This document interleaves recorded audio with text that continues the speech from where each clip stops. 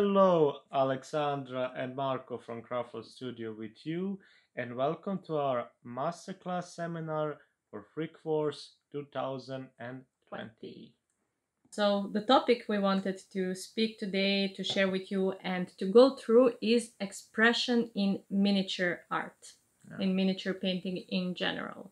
So as one And in of the painting, value, and in painting in general, I mean, in art, in art in general. yeah, expression is very important and one of the main points of like when you want to create something, you're basically Expressing yourself, yes leaving the signature. giving the idea, giving the story, and what is very important also giving the part of yourself. So in look at every art piece you create as a little self portrait, like an outer portrait of yourself. So even if you paint something that is not really related to you, you always tend to go and try to Put that pinch of yourself, like yeah, something there yeah, that really gives impression that you did that yeah. piece. So let's start from some definition of the expression. What is that? What is expression? Expression is the way of communicating with the public, with the viewer of your piece. Because as an artist, as an interpreter, somebody who is with your painting, you're telling something, you're sending some message, you're sending some story about the piece you're painting, about the character or any diorama or any event, anything that you're creating. Through your creative process and through expression and interpretation, you're sending the certain message. And let's start with one part that I think is very important part about this is to be true to yourself. So when approaching in painting, in creating, in everything, and you want to develop some certain style, something, don't go for something that is not suitable for you. That is not feeling like it's yourself. Yeah, because the style is something of your own. Yeah, go if try to find something that is very suitable and very uh, relatable to you. Yeah. For example, you know how they say that painting speaks 1,000 words, and through painting you communicate with the viewers, you communicate with the public, the person or many people who watch your artwork, and you're speaking with them. In this video, we'll go through some of our artworks and we will talk about them and share the important value and explain the expression in these artworks, because we both believe that from the experience and the pieces that we did, we can give you the best insight of what, for example, if we were looking at Marko's artwork, he will tell you what was his idea, what was the meaning of his artwork. Maybe I will speak about it and say what I see there as a viewer, what I catch, and maybe you will notice something different. Yeah, maybe you will interpret the story in your own way because of some experience you have of some certain events or emotions that you will feel with this artwork. There's a lot about to think about before and to set up your own story. But there will be different emotion that different viewer will see with different paint schemes. Because, for example, let's take red color, and it's very fierce color that is giving you expression of something dangerous or something strong or something intimidating. But maybe for viewer, for example, I will set myself in the position of the viewer who don't see red like that, and that viewer will have, or for example me here, will have different impression because I relate this red color with something different that I experienced in the years before, and I will see it in that way. I will have different feelings. So maybe Marko will be intimidated by this red color. Sorry, Marko, maybe you will be, for example. Like a bull. And I will take the position of the viewer who is not intimidated, and I will see it as something beautiful, for example, or something sad. Who knows what I experienced in the past years. So that is just the scratch of the topic, and we will have the artworks on the screen next to ourselves, and we will talk about them a bit more. So we can break this seminar in a couple of parts. So we can talk about the colors and setting up the ambience for a certain expression and what usually works well. It doesn't mean that's the only way, but let's say just pick a couple of ways.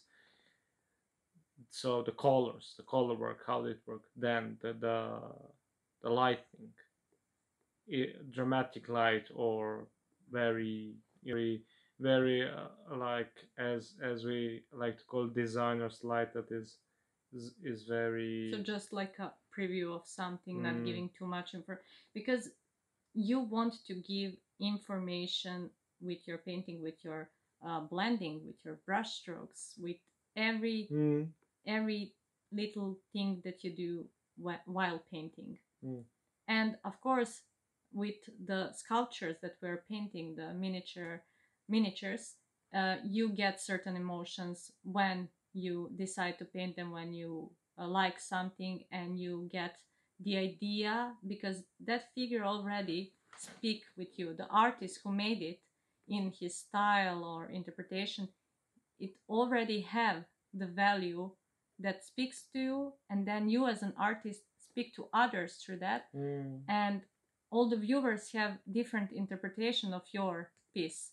So let's talk about that. We will share some of our pieces and we'll talk about them and show the certain values that we wanted to create. If the piece we're working on together or Marko's piece, then we will both talk about it a bit more, or my piece, and we will just go through all of that and talk more about the expression.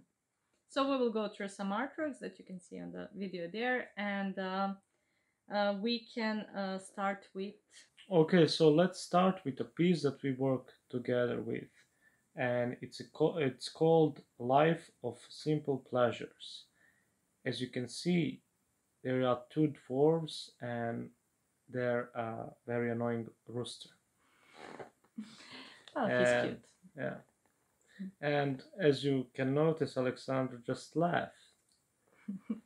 Yeah, well, and that's the way that we managed correctly to bring his character to life and to send a story of his annoyance. Well, I believe, if I can say how I see this piece from my perspective, okay, it's a diorama that Marko and I painted, so we both know what's happening there. And even if we talk, maybe we have some different ideas on some things, but I expect the viewers to, for example, see the piece and see like, oh, okay, it's a daily life of these two dwarfs. Okay, maybe not that daily because he's under some construction works, so probably that will end. Yeah, he's building a new house. Yeah, and hopefully he will build it, not just doing it daily. So the next thing... Eventually, of course, it takes time. And there is that little rooster that just brings that like it brings that little funny scene there. Like, it's daily, it's normal, she's cooking, he's working, but there is always something more. And we will talk about that in a bit. What I want now to do is to tell you like how we, from the beginning and until the end, how we set this project and how we worked on it, as it is a project where we had to combine these two models, actually three, but let's say two models to start with.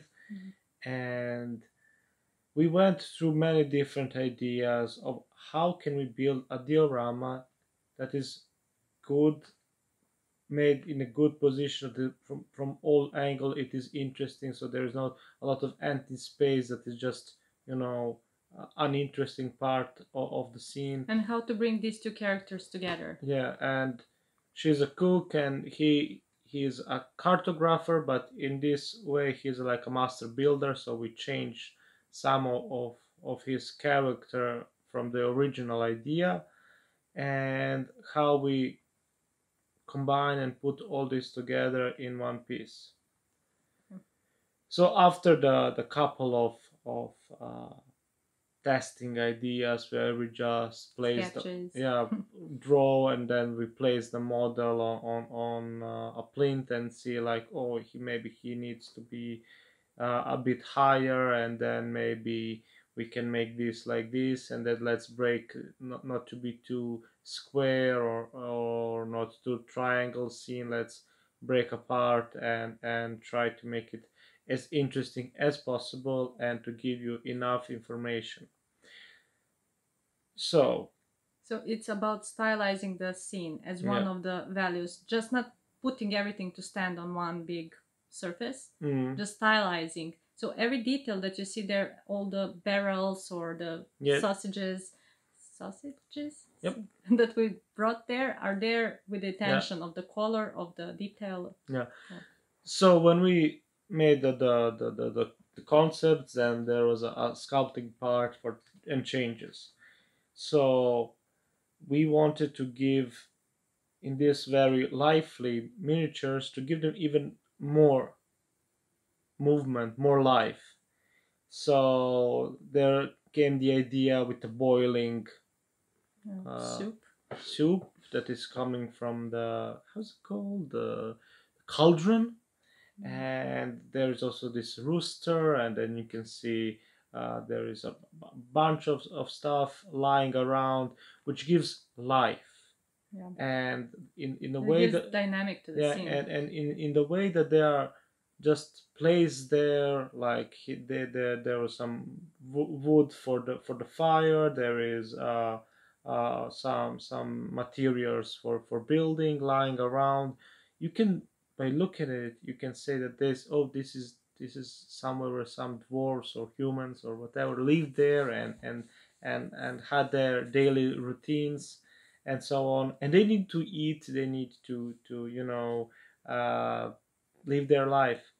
So let's cover that as one value of building a diorama. So even if you have all the details, you are searching for the ones that fits with your storytelling, with the narrative of your piece. You're searching of the certain angles and position of these little bits that will make your artwork have the good display view, but also look good from every angle, because it's a 3D diorama, it's a miniature.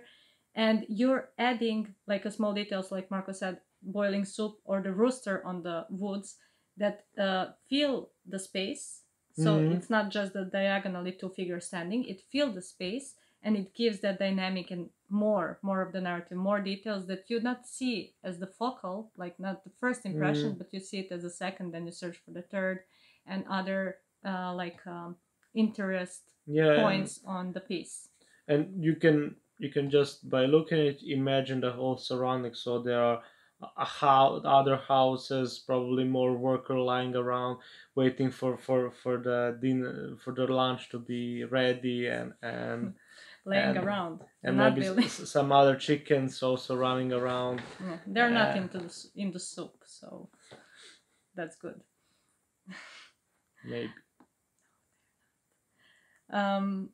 Okay, so also Marko, you gave the certain positioning of the models. The way that figure stands. We put the dwarf lady cook. We put her on the little chair with 3 legs.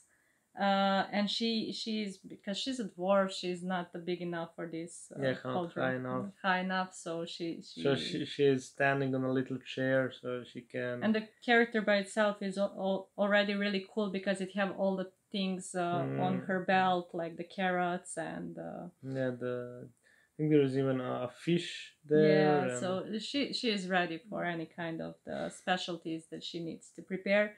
And the dwarf that is constructing, he have the paper for the cartography, but you created it in to this look case, like he's it's like making the calculations, and So there are other values, like for example color wise. As you can notice, this scene is in a very warm ambience, because we are trying to represent something nice. Yeah, this is not about duels or battles or like, but what is typically very interesting to the public and to us, as it comes from a lot of us come from like war gamers and so on. And here we wanted to be just like a simple life, nothing more, nothing less. Yeah. Daily life, and we believe it's very important. So yeah, the color wise, it have that happy color, yeah, something like warm and inviting. Like yeah. You have that. You can by looking at it, you can say that it is a good life. Yeah. Simple, happy. They don't look scared. They're not cooking and preparing to hide in the basement because some army is coming to destroy the village. It's not like there is an orc army marching on that village. No. They don't know. Don't tell them. They don't know. Yeah, no. Anyway. They're happy now. This moment, we caught the happy moment. So that is important. And you can see that with colors. When I say this is warm ambience, we don't want to say that all the colors here are warm. That is the play of the colors and the values that we brought there. They're contrast created with complementary colors, cold and warm, other positioning, brushstrokes, textures. And I talked something about this topic in one of the videos on our YouTube, but we will go through some of these values here as well and on other pieces and explain them more. So let's analyze this piece a bit more. So you have in the first view of the diorama, it really depends from which side you were looking, but let's say from the frontal side, you will have the whole scene visible from the frontal side. So as a viewer, you see that important character of this piece is the cook, the dwarf lady that is cooking the soup for the construction workers. You know that because you see the other dwarf that is standing on the terrace behind her, and he is calculating. Then you look down and you see the pit for the for the base of the house. Yeah, and you look at the rooster that looking like what's going on there. So those are just the character points on the piece. Next thing we want to look to is the colors. So when deciding about the colors, because when I say we both worked on this piece, we worked on different figures, of course. So I painted the lady dwarf and Marko painted the master builder. And I decided to have that play of warmer tones in the frontal part where she is, and I have that natural tones on her, but also the yellow dress that shows that she's a good character. I want to represent her like she is not a mean lady. She's cooking, she's satisfied, she likes what she's doing, and she have that little details on her shawl. Yeah, and her face is like... Yeah, she's very like satisfied with the smell and the taste of the food. The food have that also color that is red with yellows, something that really reminds you on, for example, me as an artist who interpret this piece. When we speak about the expression, I see these colors as something very tasty, and I brought them there. There are a pinch of greens, like there is some vegetables, something that I think that this soup would be good. So I add these colors. If I made this soup green or I don't know, purple, green would, for example, look like it's poison or something, and purple would be also really not so tasty. So expression that I wanted to send here with the colors is that this is very delicious. And she is very good person, and with all the details that she had, those are something that remind me of my childhood. So those are the Slavic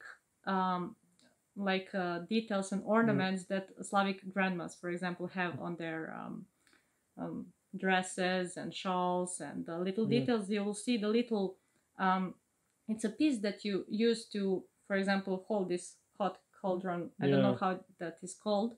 And I did a picture of a little duck there.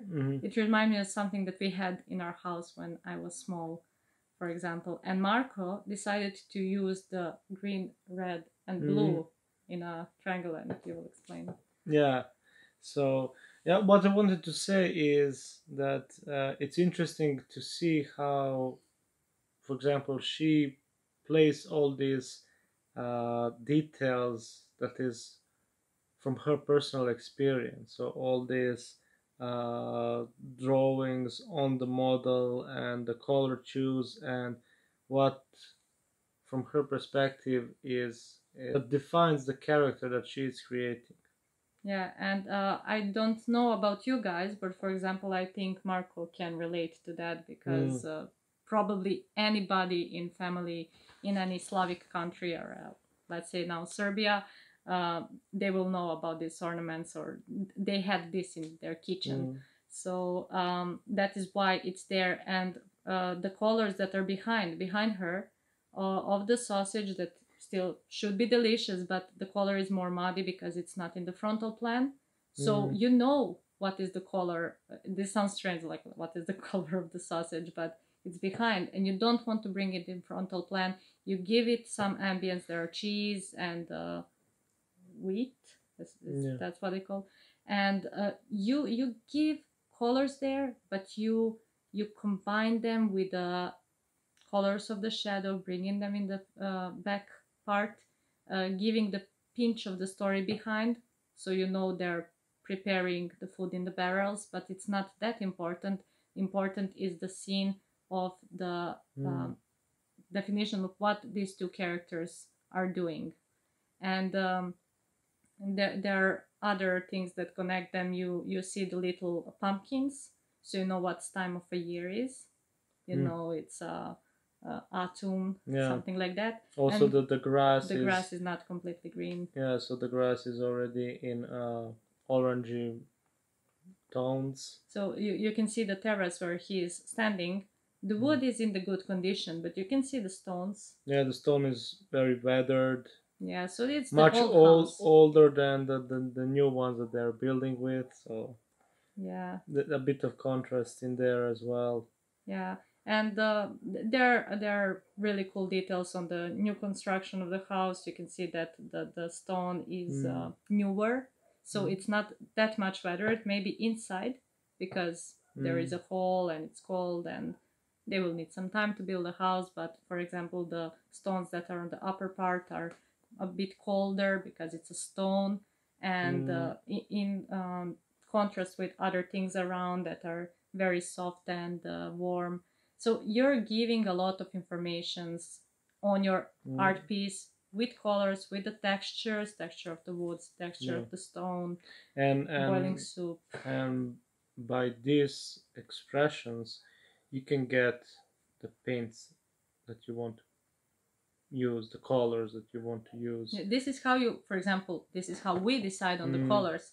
And when we're working, why we, for example, took this piece to speak about first, when we're working on piece together, and as an artist, okay, we are a couple and we work together as a Craftworld studio, but interpretation that Marko and I would do if we don't speak about our works will probably be different. We'll not paint the same work exactly because I don't know what experience he had from the past and how he will see this character or experience from the movies, series, fantasy novels, anything that will make him think differently about some character or different than me if I see that character as something from emotion or experience that I had. So when we work together, we before the work, we speak about the scene, we try to combine the pieces together, we gave them narrative, we really give them that storytelling, we speak about their backstory, and we see them as a little persons that we want to create. So when we do that, we create a whole scene because we already arranged their living, the moment of their life that we want to capture, and this is how that happens. We speak about the colors that we will use, and all the mixes and everything that will happen there is just the harmony that we together can get in one piece. Yep. Okay, so let's move on to another piece, and this one is called Dream of Conquest. It's the Marko's artwork. And the point with this one that I wanted to depict is not just a model, not like this, only this character, but like the idea, so you see the warrior who is standing up at top of a cliff, and he's holding a helmet, heavy helmet in one hand, and then in the huge sword in the other one, and he had this fiery halo over his head, and the look on his face is determination. He is going to conquer the lands in front of him, and he is very determined. He is very, very determined to do that. So when I started with painting, I didn't have the clear picture of the colors or the look of him, but the idea of just the emotion, or that small part that I wanted to depict is the moment before he announced the charge or give the command. Well, when I see you speak about this piece, and I know when you talk to me about what you want to do with this figure, I know that this is a topic that Marko really likes, from the fantasy world and stories and the novels you like, Marko, and the games. So I know that this piece have that special value to you as an artist, and something that you like to show. So you like to show that determined of the general that is leading the army, because it's fantasy world, and we all, I believe many of us like these fantasy representations of the battle, because the battle in general and the wars in general are not always something, usually they're not something nice. So what I wanted to show through this is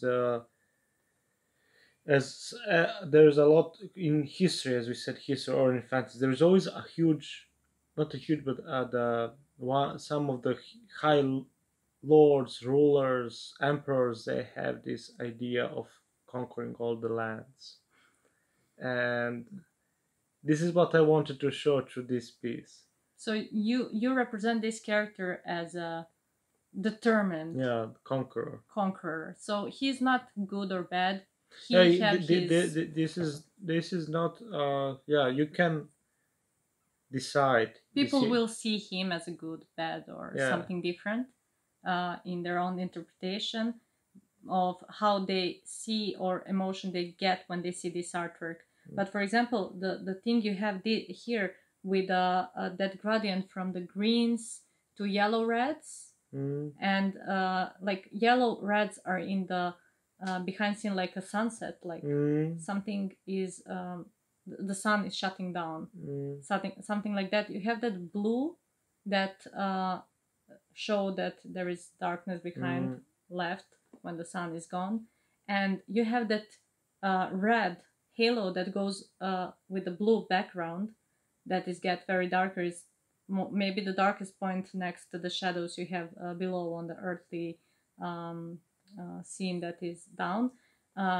You have that red that is going very strong over blue, and you wanted to create that, like bringing focal point, I believe, and you want to show that he is mad, like angry, like determined, like the red color we mentioned, like bringing that intimidation. It is sending that message to me. The color that you put here, I don't know if it was your intention. It is what it is the message it brings to me. I don't know about you guys. Maybe you see something different, and you can let us know what you see when you look at this piece. What story does it bring to you? What emotion do you feel when you look? Yeah. So you have also the colors of his cape that are something between blue and green. They're going turquoise, and I can see the red shadows there. Yeah. So it's the red of the setting sun. Yeah, the whole piece, because I want this inner rage to show. So the whole piece, if you look at closely, you can see that reddish inner glow, and I see it on like in the armor. Yeah, like full of red. the heat from inside, the that burns through him, and this is not obvious. This is not very visible in the first glance, but this color really brings the life and that determination Yeah, in him. yeah. I believe if you didn't put that red here, I believe that we would maybe see him as a defender, not a conqueror. If you put more of the blue or something like green, maybe we'll see him as a defender of his country. He's there to protect his subjects if he's a king. Also, the thing I see on the piece you did here is that the composition of the position of the figure, where we have that straight line of the background, like you cut the scene with the background in a straight line, but you have that stones that goes in one direction, and the cape flows there. Like we know that that the wind is going from one side to the other, and he is looking on the side where the wind is going. Like everything puts direction to this side. Also the flames. The flames are going there, so all was the intention. Yeah, it's intentional, and so bringing the story to that side, explaining that whoever he meets, it's there. It's where the wind blows.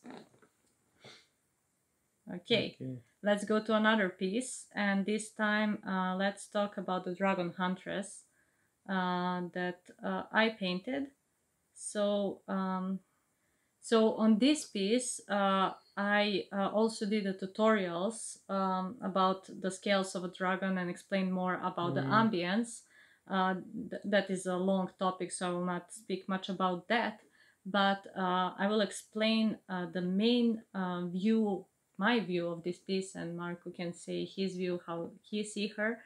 But because I wanted to bring as much of the colors and the brush strokes as informations to express on this piece, especially because I like the model, I like the character as she is, I like the style of the model, so I wanted to bring more. And here I have the composition of the lights and shadows. I have different ambience that go around the whole model. So when you see the rotation of the model, you can see a lot of colors there. They're just reflecting and overlap and creating different textures, creating different reflections, explaining more about this character. If you look any of the parts closely, you will see a lot of the brush strokes, a lot of tones. But when you see it from the far, from the viewpoint, you will see a very nice play of the similar tones because they are working harmony. So when you see the piece from the standing point, how you would actually look at the piece, and when you see it closer, it gives you a certain feeling. Yeah, I like how the worm is very strong on her skin and face, and that really gives life. And then you have this dragon that is obviously dead. He's unfortunately dead. I mean, what I can, if I may, say is that I really like the fact that even this dragon that is very colorful, a lot of tones, glittering scales. He's almost silverish, like having all the colors. But because his eyes are already losing the sharpness, you can know that he passed away, he died. Yeah, so that is the one little detail that gives much information. And the coldness of it, like the shadows around it, it's really cold, and it's really contrasted between the huntress with red hair and very strongly saturated skin tone, uh, tells you the idea that she won, she defeated the beast. Even, and you can imagine this beast, this dragon, to be in his life. Maybe he was very strong and vibrant, but now Now he's yeah, he's shutting shy. down, Yeah, something like that. so He's losing yeah, the tone. He will probably become pale white at some point, but still yeah. he's glittering because he have that scales, and scales are Mm. very strong as a material, and that make difference between the her skin that is very much alive and very much determined. And as we talked about the colors, and again when we go about the red color, and this is more like a going to orange, like a fire. Like she is very tough. She knows to handle the beasts like a dragon, and she have all that weapons with her. And on the weapons you can see, for example, that really strong yellow and um, yellow and lilac that combines. So we have that coldness from one side and that warmness from the other. And in the frontal part is warmness, but still we have the colder shadows of these blues and greens that combine on the frontal side. On the back side, there are greens and blues again with the lilacs. And here is with the reddish and yellows. So it all creates different values to this piece that gives you certain feelings. Also, when you see her rotating, you see different reflections going on the spears and her weapons. You can see many reflections of her hair, of their surrounding.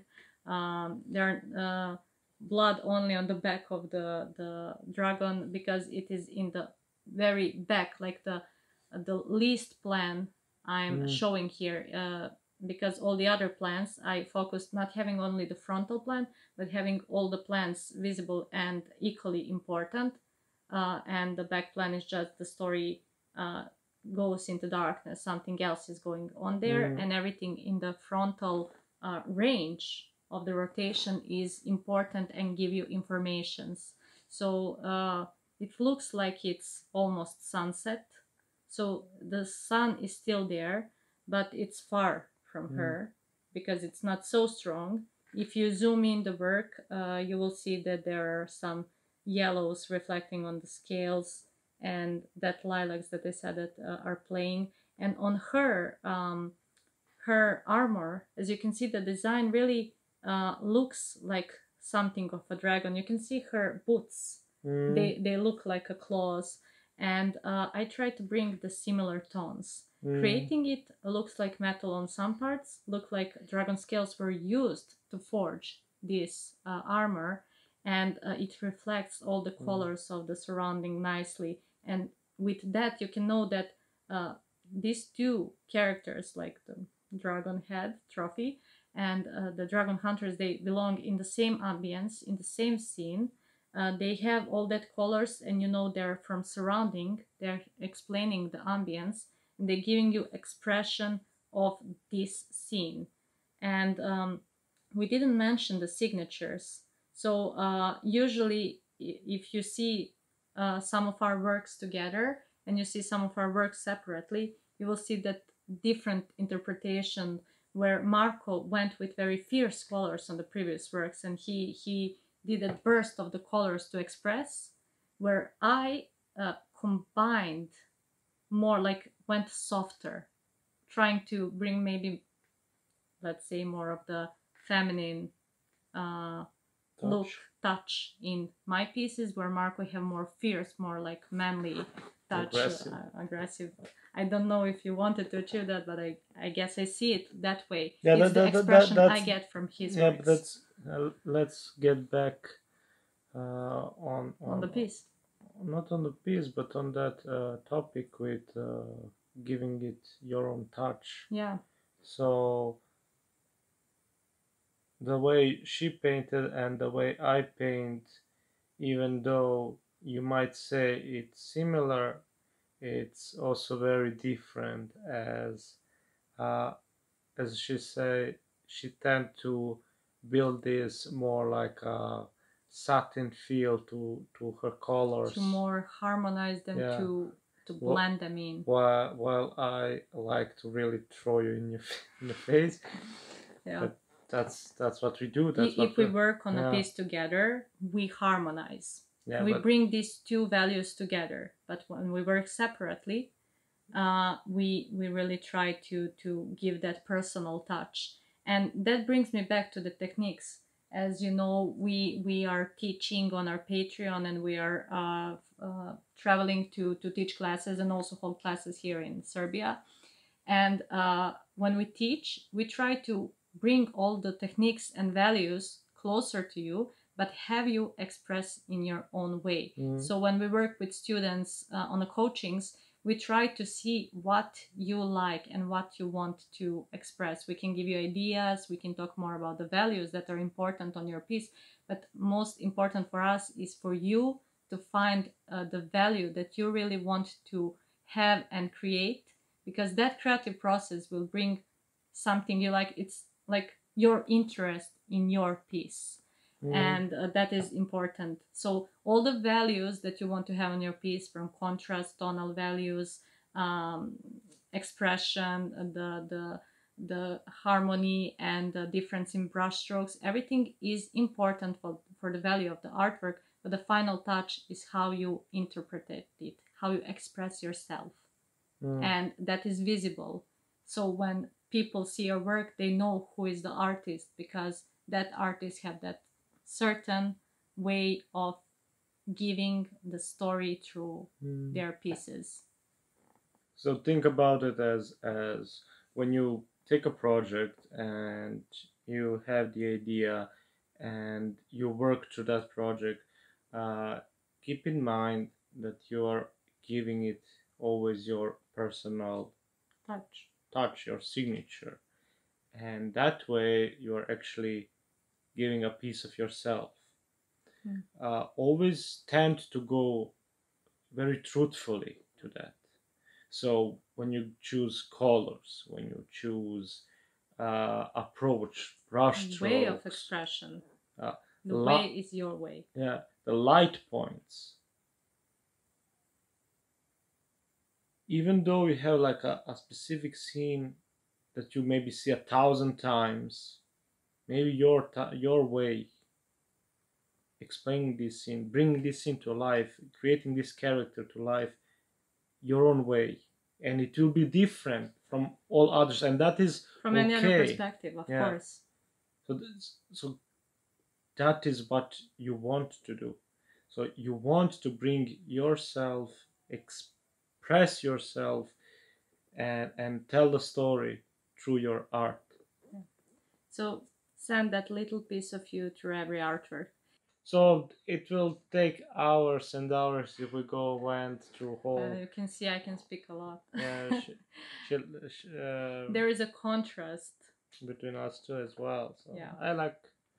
You like to say much in a simple sentence, while I like to harmonize the works. I like to give more words into one sentence.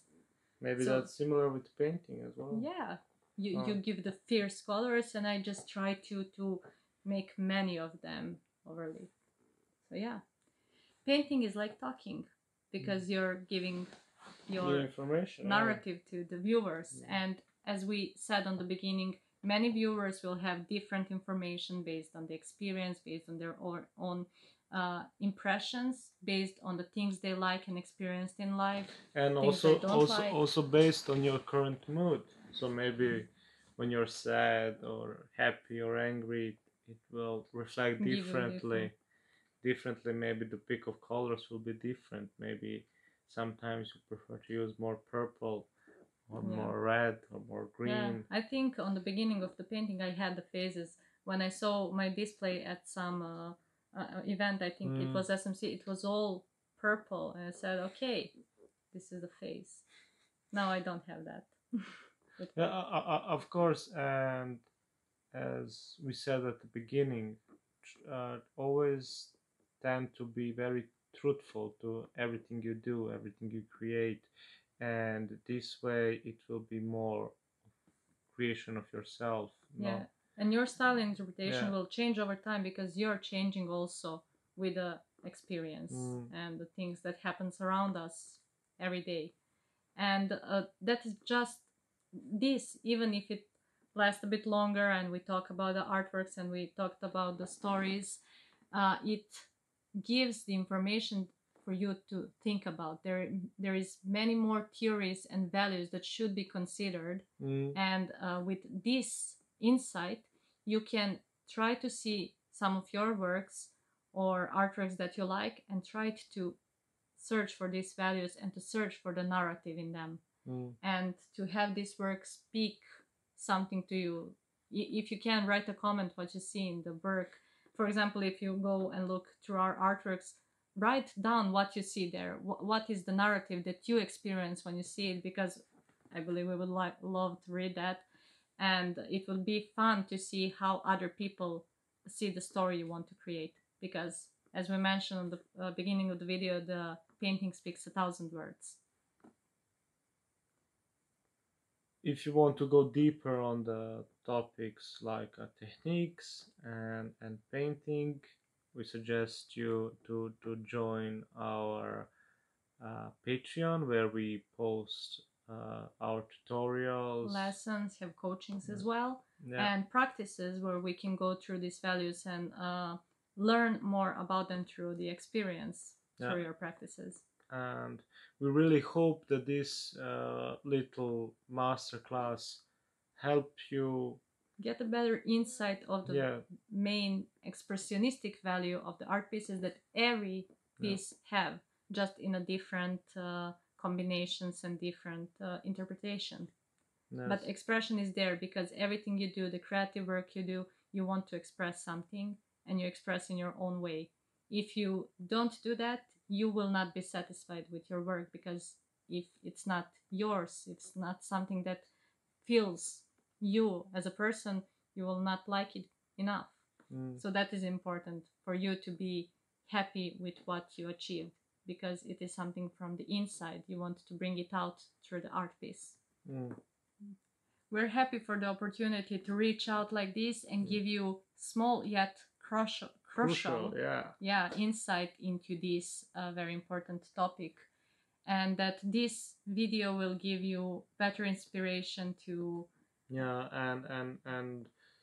challenge you to tell your stories, bring your characters to life, and as always, be yourself. Thank you for watching, and we hope to see you through many more videos and teachings. Bye. Bye-bye.